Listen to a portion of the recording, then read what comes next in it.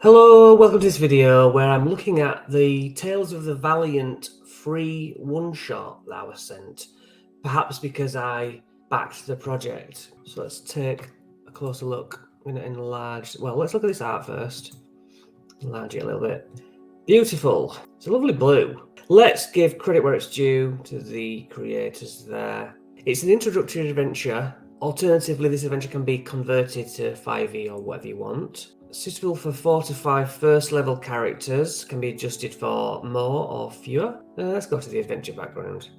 The people of Hulgig are desperate. The hamlet's tainted well water is transforming the residents into Sporeborn. To make matters worse, the transmogrified villagers are drawn to a nearby cave complex that leads to the subterranean village of Belgrove. The Myconid, I thought it was Myconid. The Myconid inhabitants of Belgrove have their own problem. Their leader, Enoch, fell prey to the same contagion that takes hold of the village above. Before Enoch succumbed, they sealed themselves away from their fellow Mycalids. Unfortunately, Eloch chose the settlement's fungal garden as their prison and collapsed the adjoining tunnel to secure it. In response to the aggressive Sporeborn, the Mycalids, who are running dangerously short on food, water and other supplies, barricaded themselves into their home cavern. The PCs arrive at the hamlet of Hulgig and are beset by Sporeborn. Once the creatures are defeated, the PCs must investigate the eerily lifeless settlement. They discover most of the residents have transformed into Sporeborn like the ones that attacked them. The terrified survivors and their dwindling supplies are sequestered in the village longhouse.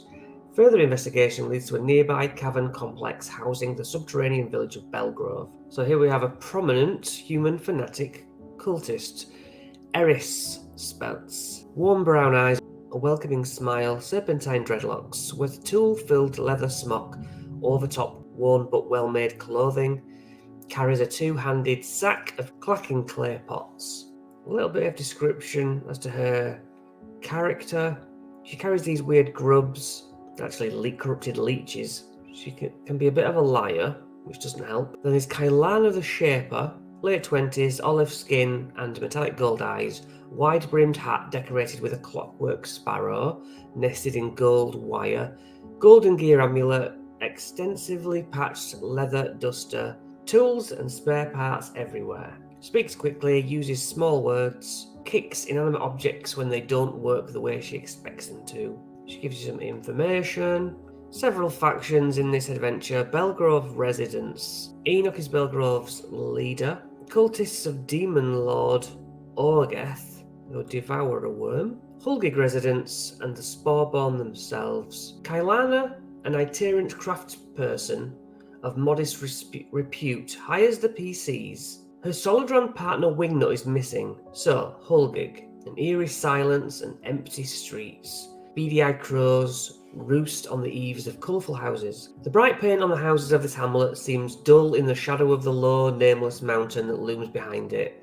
There is no sound of laughter or mirth in this place, not anymore. The only signs of life are the caws of the crows and the patches of mushrooms growing on the eaves of every door.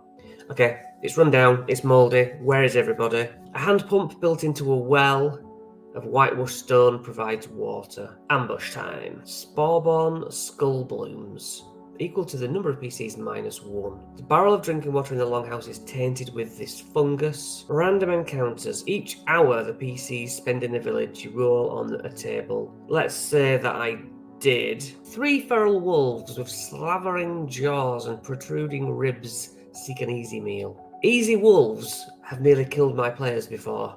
The things that you underestimate because of their pack mentality and bad rolls. The fur trade drives the economy, if that ever comes up.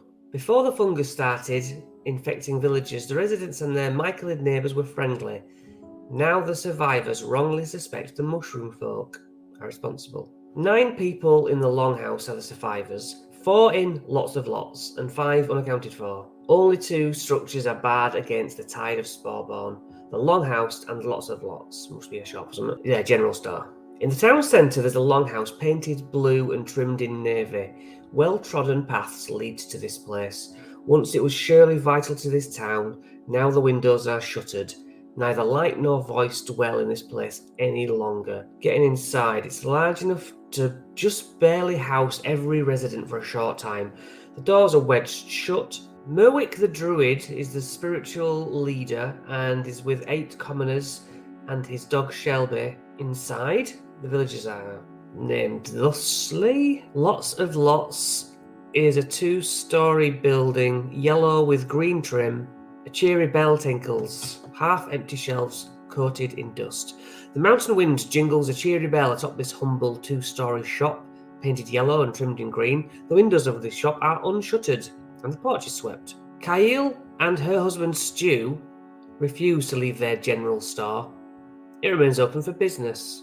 Their daughter Hylia and villager Jurek are with them. Kyle secures the door. Kyle and Stu want to survive and profit. They have enough food and water to keep the 4 people in the building alive for 5 days. The town well has water drawn from an underground lake in Area 10 by a pitcher pump rather than a bucket and rope. The pump can be removed, revealing a shaft too narrow for a small creature to squeeze through. Only a tiny can get through. Cavern entrance. A rough-hewn archway bores into the mountain. Coughed up from the depths of the hole comes the light of distant torches, the smell of dying things, and the cries of folks perhaps already dead. Rusted blood cakes the rocks all around. A wooden sign saying Belgrove is written in crimson lettering. It's written in Gnomish. There's a rat as you go inside, and if you come back to this area, 2 swarms of rats will attack. There's a bit of a long spear trap in the tunnel, and a bit of loot. Edible mushrooms, 2 meals worth. Look at this fella. Above a cobbled cavern chamber, a log dangles from the ceiling by a pair of ropes. The log writhes with humanoid corpses pinned to it by spears in varying states of decay. That's cool. And it swings down and smashes them. I should just skip to the map to give you bearings on this. So we have the village, the well that goes down via a pump, this cave entrance which we've walked in. There's a trap somewhere around here perhaps. 3, 4, 5, 6. The hole that goes down there.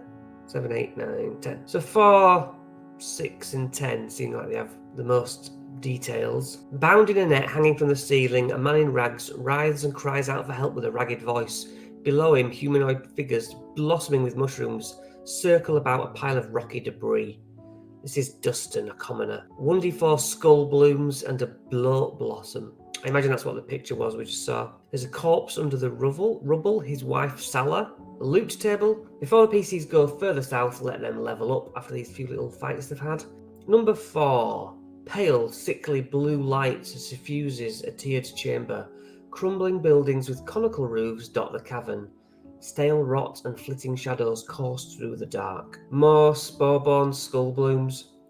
I think I might be bored of running those monsters already by then. The same things over and over. I know it makes sense to the story, but the repetition 3 times is a bit much. There's a headless statue holding a large hammer or axe. A maul placed in the statue's hands becomes a +1 maul in a brilliant crackle. So you really have to push that a weapon could be placed in its hands. I'd just give it any whatever weapon was placed in its hands just the once. First person to put it in. Some loot. It tells you where different ways go, but looking at the map, I would imagine that's what you'd be following. So 5, Wingnut's prison. Out in the dark of the cavern, giggling laughter barely conceals the rattle of delicate mechanisms. Wingnut, the Solodron, is trapped in the northern alcove. The ceiling collapsed, sealing them in. 4 invisible quasits guard Wingnut. You have to clear the debris. A search will reveal a gold wedding band with precious inscribed on it. This is Wingnut.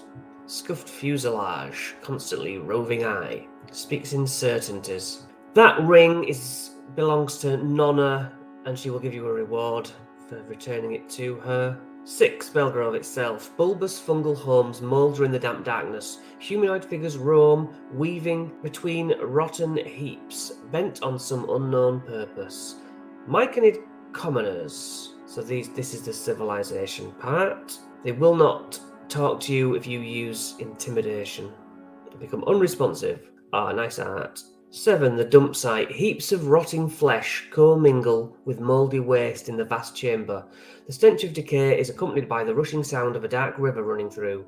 Mounds of decaying animal corpses mixed with plant waste blanket the floor. Otyugh Lair. Nonna, the ghost of a cultist, fell down the waste pit and died. She's looking for her wedding band. She will give you lesser restoration as a reward. The Otyugh here. To find a bag of holding, search this area. Dump site has different monsters in. Warhorse skeleton hiding in there. That would make sense, but hey, it's fun. Specialized mushrooms, just like in Out of the Abyss, doing different things when you eat them. 8. Gloomy waterway. 1. Water thunders through a lightless passage. Hero's Rest. The illusory wall shimmers away like the mist from the cascading cave of the river. Behind the wall is a hallowed grotto, housing a stone coffin, flanked by statues of genuflecting gnomes. To open the coffin, it's a strength, and a Pegasus materializes. It attacks until the PCs leave the chamber. You can swim in the river, you go boating. Travel beyond the river source is beyond the scope of this adventure. If they are awkward and adventure off, a pair of young black dragons down there to make them turn around and stop messing about. The coffin holds a bag of devouring. I just covered that on the magic items shorts. They eat items that are put within it. And spell scrolls with fairy fire, good berry, lesser restoration, spike growth. 6 statues. 5 of the gnomes rest their foreheads on the pommels of their sword. 1 is missing its sword. If a short sword or longbow is placed in its hands, the sword disappears to be replaced with a wand of secrets. That's basically something that finds secret doors and things like that. Quite useful. Number 10. The coursing river pools into a wide swirling pond. Purple mushrooms stand in the shadows and spread across the cave floor like a carpet, atop which are heaped piles of compost. Tall-stemmed purple mushrooms grow in the water. Difficult terrain. Enoch, the Mycalid Spore Lord, hunches in the centre of the garden. He's soft-spoken, slow to act. You can check the water to see if it's okay. To find useful mushrooms, it's this. To search the lake, to swim. The Spore Lord lair actions. On initiative count 20. 20-foot area the Spore Lord can see fills with choking spores. A puff of mushroom spores surrounds Enoch, hardening their flesh. The mushrooms within 20 feet secrete an oily fluid and makes the area slippy. Ideally, you restrain Enoch rather than kill him. They're going to kill him. So you can cure the little thing. You can cure Enoch, grapple and reduce to 0 HP. Manacles and rope are available in Belgrove. You can subdue them by knocking them out. Once the Mycalid Spore Lord is defeated, and the Sporebond cease to be a threat, the PCs are level 3. The grateful survivors of Hulgig scrape together 250 gold pieces to reward the PCs for their efforts. If Enoch is dead, the Mycalids remain barricaded in Belgrove. Their anger at the humans of Hulgig festers, and eventually they try to drive the humans out of the area. If they're alive, they can harvest a load of mushrooms to make a sell. The successful completion of this adventure impresses Kailana, the patron. She might ask the PCs to help Hulgig rebuild and placate the Mycalids of Belgrove if Enoch was killed. Have the PCs investigate the cause of the plague and the larger cult. Or she can invite them to join her in her travels. And yes, that's it. Apart from that trap and others that we saw as we flicked through, hanging net, water purifier, log spear, pit. So yeah, fairly standard cave adventure with lots of Mycalids and a chance for us to use our Valiant new rule set. The luck points and the doom points are what I'm most interested in. What are you interested in? Let me know. See what you think. Will you be tailoring this more to a 5e adventure, or will you be playing it as ToV? Yeah, thanks for watching, guys, and I will see you later.